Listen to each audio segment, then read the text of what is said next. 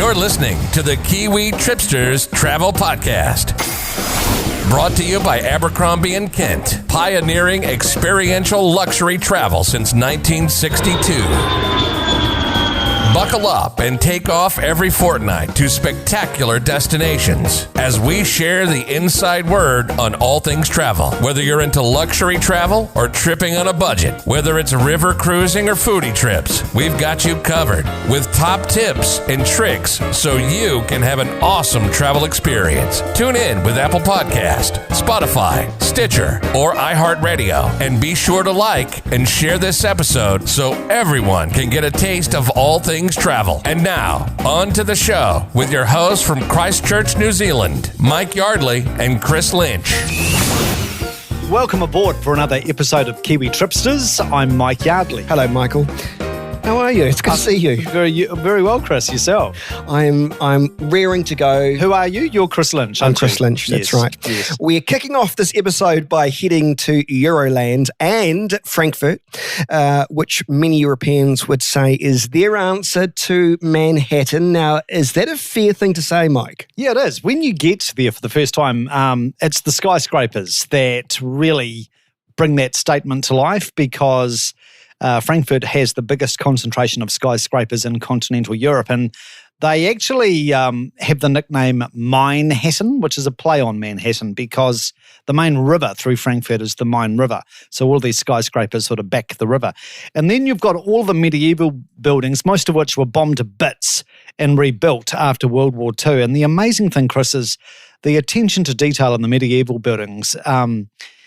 In the restoration, it's been done so well, you cannot actually tell whether you are looking at a reproduction or the medieval original rebuilt. The Opera House is a really good example. They only finished restoring that in the 1980s. So, bombed in World War II, out of action for, 40 years or so. Is the Romberberg your favourite spot? Well, it certainly gets the cameras clicking. Romberberg is your classic old town square, and it's the medieval timbered buildings there that people absolutely love. There is one amazing building, which would be my favourite, the Old Imperial Hall. And this is where they used to have coronation banquets for about 50 different kings over the period of time in the Holy Roman Empire. And of course, I think we've touched on this before Christmas, Chris, being a Christmas tragic myself, Romberberg, this old town square, stages one of Europe's biggest Christmas markets, and they've been doing that there since 1393. So if you've been looking at some of the cheap early bird airfares that are currently doing the rounds, now would be a good time to book some tickets for Frankfurt and enjoy some glühwein in November. I'm not sure what makes you a Christmas tragic. It's not like you've still got your Christmas tree up in your home. No, well, I think the decorations finally came down around January 20, Chris. Just bit as late, well. bit late. Yes. No, nothing wrong with that. Hey, listen, tell us about Bornheim. Yeah, if you want to get off the tourist trail in Frankfurt, take a stroll around Bornheim. It's a residential district with a difference because it's the only part of Frankfurt where the medieval-style houses actually escaped the war unscathed. So it's the only pocket of true old-time Frankfurt before Hitler came along. And then another really cool pocket is this alley that leads off Romberberg, the old town square. And the alley is absolutely packed with the wackiest looking pencil-thin 4-story townhouses. And they were all the winning entries in an urban design competition, which was very much pitched around coming up with really creative ideas for 21st century designer townhouses. From what I understand, most of them have now been hocked off on Airbnb, so you can stay in them. But they are anything but cookie cutter, and artistically, the exteriors are just brilliant. It's definitely a must-see. Is this the Goethe territory? Yeah, the locals in Frankfurt absolutely revere Goethe, more than their sausage, actually, in Frankfurt. And Goethe is probably best described as being Germany's answer to William Shakespeare. He was born in the 1700s, and not far from Romberberg, you can visit his family home, which is this big Baroque mansion. It's now the Goethe Museum. It's got lots of memorabilia. And he once wrote this line, which I absolutely love: offer plenty and you will surely please some. And I think that should be the mantra for Kiwi Tripsters. Yeah, I like that. What about Zeil? You would love Zeil, Chris, because... I used to have Zeil jeans. Oh, there you go. Like many European cities, Frankfurt's downtown shopping district is totally pedestrianised, and the Zeil is this 2 kilometre long vehicle-free promenade that snakes its way through the heart of the city. And when I first visited Frankfurt about a decade ago, their futuristic shopping mall, My Zeil, had just opened. It still looks so tomorrow when you go there now. It is such a traffic stopper. It has Europe's longest escalator, which zips you up 5 floors non-stop, which is a hell of a height for an escalator. The interior design is like something out of a science fiction novel. It is... It's like the roof is exploding in glass because the interior has been created to look like this huge curved glass vortex, which starts at the ground floor and sort of explodes out the roof as if you're going to be sucked into it and sent into the sky. It is absolutely stunning. Where's best for the cider bars? Yeah, well, obviously Frankfurt loves its cider bars. I think it's a bit of an acquired taste, but if you want to check out the party scene in Frankfurt, cider bars is where the party's out. And the district to head to is Sachsenhausen district, which is a very short walk from the central city. They've got the best traditional cider bars. The atmos is really cool. I feel like one now. Did you make any sort of quirky discoveries in your last visit to Frankfurt? Yeah, well, you always do. Well, I always try and find something a bit different, Chris. Something I stumbled upon by chance along the Main River is this international get-together that they call Montmartre on Main. And it's basically an open-air painting session with like-minded artists. So it's very much a case of bring your own easel or your sketchbook, kind of like a painting equivalent of a jam session. And it's on every Sunday on the Main River, and it's a very cool site. From Frankfurt to our own backyard, and Chris, you've just been tucking into one of my favourite pockets of New Zealand, the Mackenzie, with a particular focus on the constellations above us. Take us through what you did in Tekapo. Oh, what an amazing place to be. This is the kind of place that I would always visit as a child, always remains the same, but in a good way. Mm-hmm. You know, it never dates, it never looks ugly. It's always beautiful, full of tourists, but never too busy. Well, I was lucky enough to go to the Dark Sky project, and this is something I would recommend everybody goes to see, even if you're not even into astronomy or stars. I was lucky enough to do the day tour and the night tour. Let's start with the night tour. That's what I first did. Mm-hmm. I went up to the Mount John Observatory, which is only a 5-minute drive from the main town of Lake Tekapo. You didn't walk up? No. This is because it was the twilight tour, Michael. Yes. So we could have taken a torch. No, we couldn't. We got into a minivan, a wee bus, and that takes you up to the Mount John Observatory at about 9:30. Yep. And from there was only about 15 of us, so it wasn't too busy. Mm-hmm. From there, you get a tour of all the machinery where some of the main mechanics are to look at the stars, and we could actually talk to some of the physicists that were there as well. And it was a lovely, lovely experience, and I really enjoyed it. And then, of course, once it gets completely dark, you can see some of the stars up as close as you can possibly see. Mm. Not just that, though. So you go into one observatory and look at the stars through the massive telescopes, but then you can look at the moon with these smaller telescopes they have stationed outside. And when you look at the moon, you can actually see the moon's surface up close and personal. Did you see the craters? Yes. Yeah. And for me, that was just incredible. Mm. Not only could you see the craters, but you could also see the craters around the perimeter of the moon. It actually reminded me of a cartoon, and I wondered if they just put in a DVD slide. Maybe they did. No, they didn't. No. Trust me. But the guides were from Canterbury University. They were interesting, they were engaging, but they talked us through what Canterbury University's input was to this amazing facility. But it wasn't overwhelming, but it wasn't dumb. It was just perfect. And we were allowed to take photos inside and outside, and it was just incredible. You've done it, haven't you? I did it probably about 4 or 5 years ago. And I think it's actually quite addictive, because once you start seeing, whether it's the moon or Mars or Saturn's rings up close, it becomes like this voyage of discovery. You want to see more stuff up close out there. Yeah, you do. It's funny you say that because after the visit, I started to get on to Google and Googling images of the moon and seeing what else I could see. Alpha Centauri. The whole lot. But, you got a wee brownie and you got a coffee or a hot chocolate there, and they would take you through and you could watch your slide from what else they do there. I mean, this was the real deal. This is a working observatory, one of the best in the world, where they've actually made, hundreds of important or internationally significant discoveries. Yes. It's amazing. And to think that it's only, a couple of hours drive from Christchurch, New Zealand. Right. Yeah.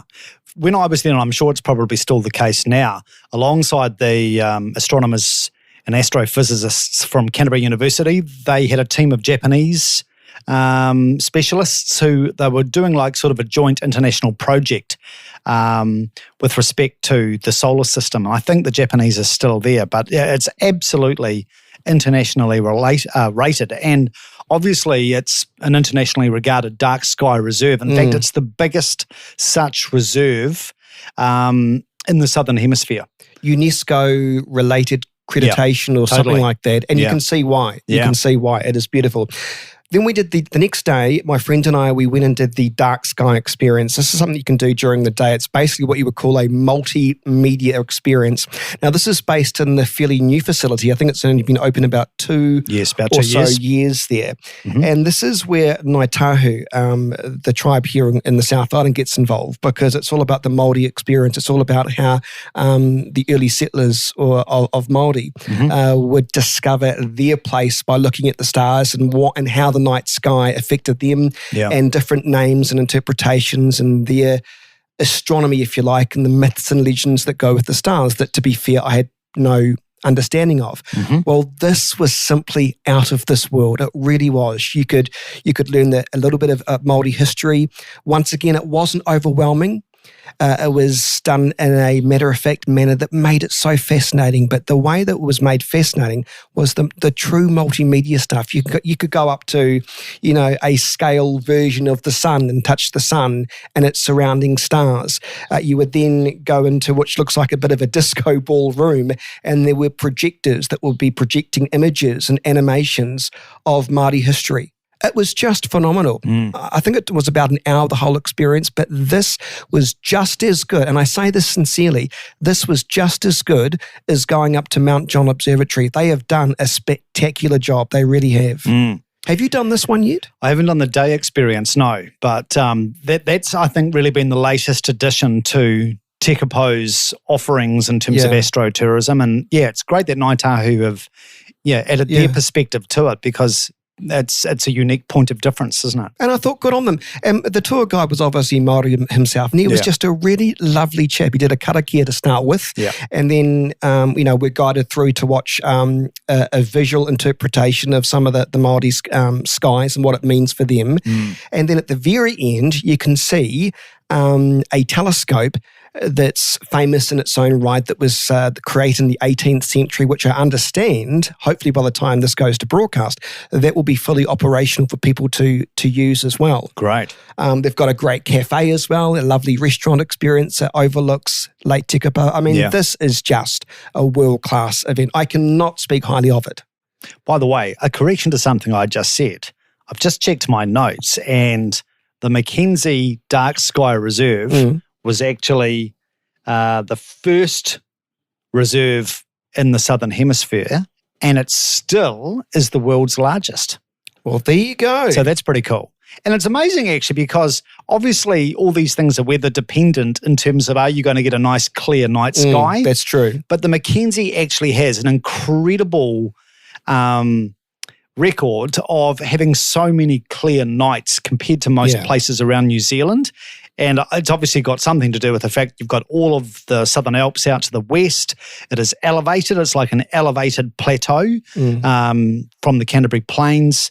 So it sort of like creates its own climate, the Mackenzie region. It does. And they're very upfront at the start. I mean, when I went on my night tour, it was actually cloudy, a little bit overcast. It was supposed to clear.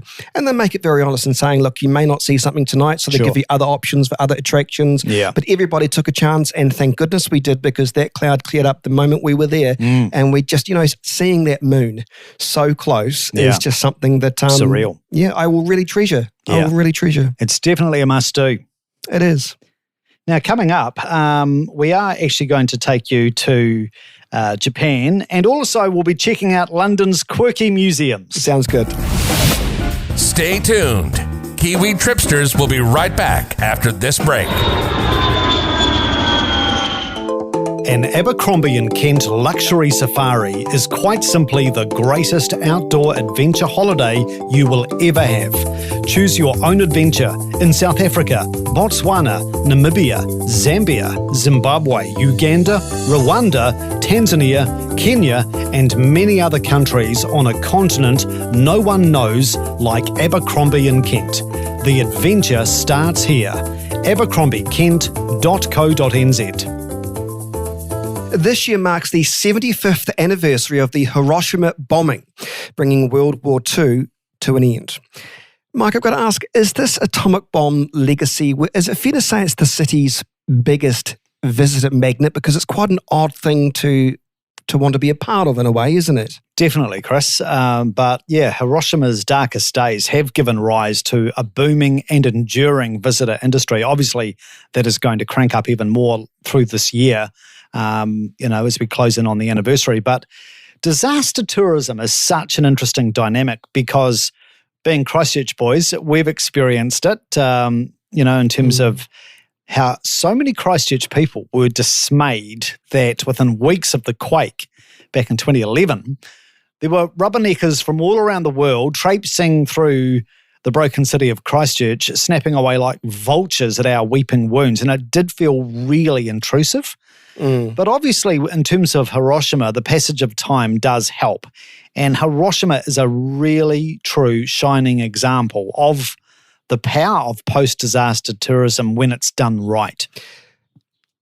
It was your first time in this city. What were your first impressions? What stuck out and thought, this is different? Yeah. Well, I went to Hiroshima as part of a general first-time tour to Japan. And despite Hiroshima's horrific backstory, along with Nagasaki, what really surprised me about the city is it's beautiful.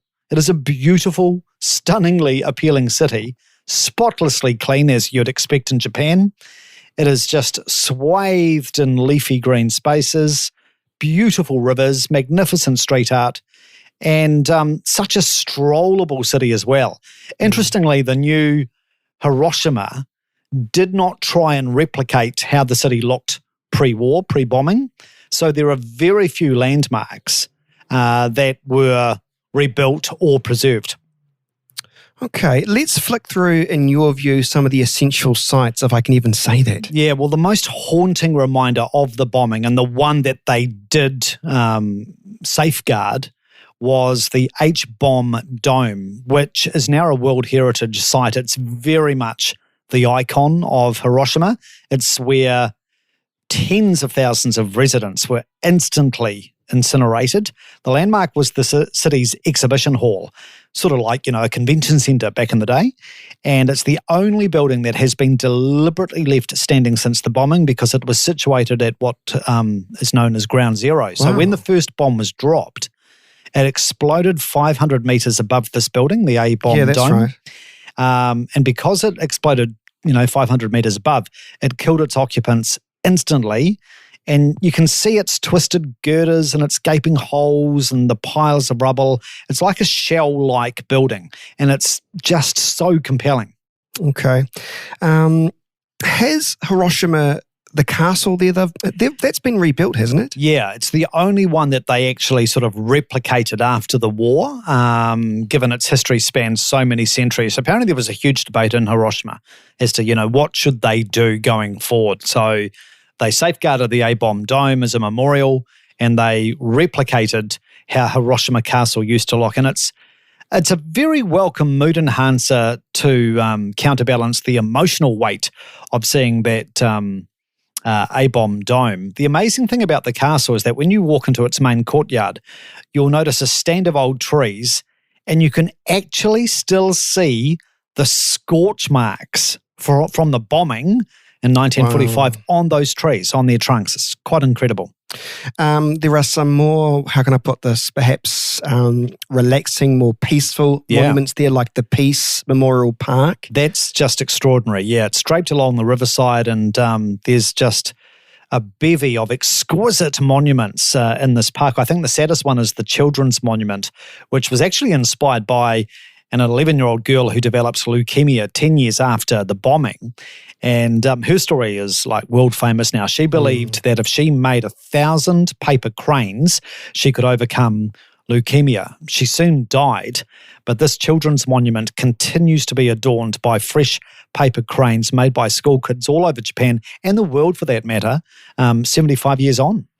And there is lots of artists that recreate that 1,000 crane thing too. They do, yeah. How confronting is the museum's perspective on war? Yeah, the museum is obviously an essential part of exploring Hiroshima, and it is very in your face. So, regardless of where you stand on the politics of war and whether the bomb should have been dropped, the museum absolutely speaks to our basic humanity, and some of the displays are gruesome, particularly those who incurred horrific burns and radiation disorders. And there's this really special sort of child-themed touch where they've got a whole lot of school uniforms on display, which have all been shredded and burnt by the heat wave when those bombs rained down on Hiroshima. And I mean, that just does stop you in your tracks. Was there an exhibit that struck out the most to you? Yeah, well, I think it's anything to do with kids. So after seeing the school uniforms, the sight that really did it for me was of this trike, a charred and mangled trike. And the trike was actually being ridden by a 3-year-old boy called Shin when the blast hit. And this little kid was trapped under the rubble of his family home. He died. His father found Shin under the rubble, still clinging to the handlebars of this trike, which he donated to the museum. So that really is a heart tugger. But my big takeaway about Hiroshima is its renaissance from the embers of tragedy, how it's become such a beautiful city. It's been deliberately designed with its arms wide open to the world. It's a very welcoming place. That is nice. And of course, it's a bit of a red letter year for Japan, isn't it? You've got the Tokyo Olympics taking centre stage. Yes, indeed. Now, if you've been listening to earlier episodes of Kiwi Tripsters, you will be aware that we've been giving you plenty of chances to win some prizes from Lonely Planet, the world's #1 travel guidebook brand. Indeed. And now, for the very first time, thank you very much, it is our first winner. Time to announce the first winner who rated our podcast on iTunes. So we say congratulations, come on down, Dave Donald. Congratulations, Dave. You've got yourself a Lonely Planet guidebook coming your way. And all you need to do if you want to be in the draw for something similar is rate our podcast or like our Facebook page, and you too could be winning the next Lonely Planet guide. Yes, good luck. Another winner will be announced in our next episode. Up next, we're off to London.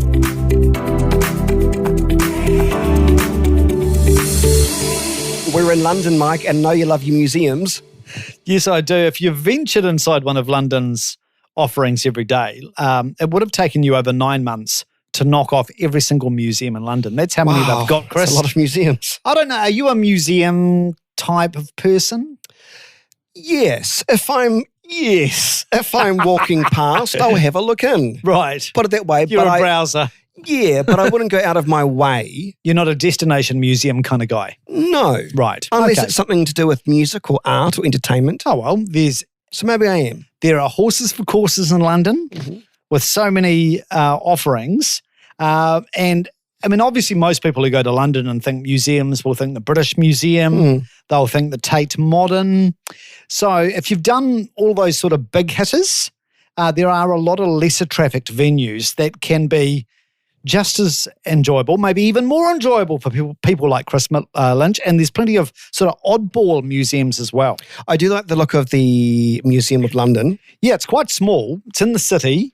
I've always had a soft spot for this place because it gives you a really digestible dip into 2,000 years of rolling London history. And a couple of years ago, they marked the 350th anniversary of the Great Fire of London. So they developed at the Museum of London this really high-impact exhibition into the destruction of the city through the eyes of people who were there at the time. And it's stayed on display at the museum. It is absolutely superb. You sort of step into Pudding Lane and the bakery where the fire started, and see the inferno systematically devour the city. It is absolutely vivid and gutsy. And it finishes on a very patriotic note, with the resurrection of the city from the ashes. Do you know, I'd love to go to Churchill's war rooms, because that's in our museum, isn't it? Yeah. Or makes part of it. Well, I think, in a loose sort of definition sense, it is a museum. Yeah. Absolutely, yeah. I did it recently, and it's deep in the bowels of Whitehall, Churchill's secret wartime headquarters.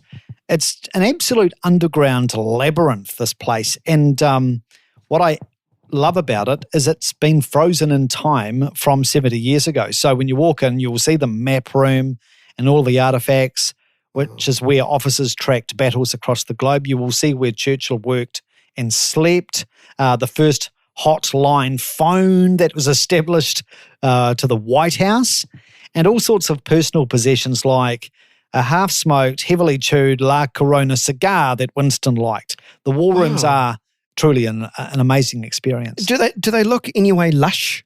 No, not at all. Just sort of simple, rare. Okay. Yeah. What about the natural history? Yeah, well, the Natural History Museum is in South Kensington, and I think it's probably London's most beautiful museum. It is massive, and I think if you just are looking for a museum for a quick dip, you may be turned off the Natural History Museum because it is so colossal. You'll think, oh my God, I'm going to need days to do it justice. But I actually think it is worth going in there, even if you just want to stake out a few, sort of choice exhibitions and displays. If you've seen the Paddington movie in recent years, of course, the Natural History Museum is supposedly where the cruel taxidermist, played by Nicole Kidman, attempted to add the bear to her stuffed collection. There are actually over 70 million specimens inside the Natural History Museum. But I tell you what, if you've ever wanted to see a dodo, you've come to the right place. I even spotted a southern brown kiwi from Aotearoa, although he looked decidedly emaciated and in dire need of more stuffing, maybe from Nicole Kidman.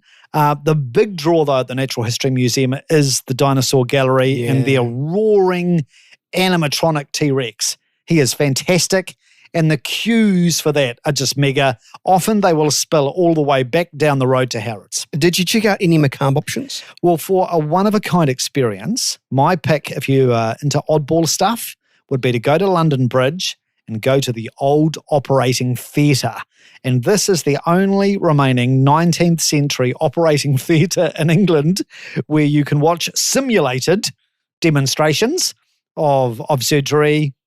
And you can even volunteer to be operated on if you want, Chris. Oh, lovely. You might get a little bit of a facelift, bit of a touch. I could do with that.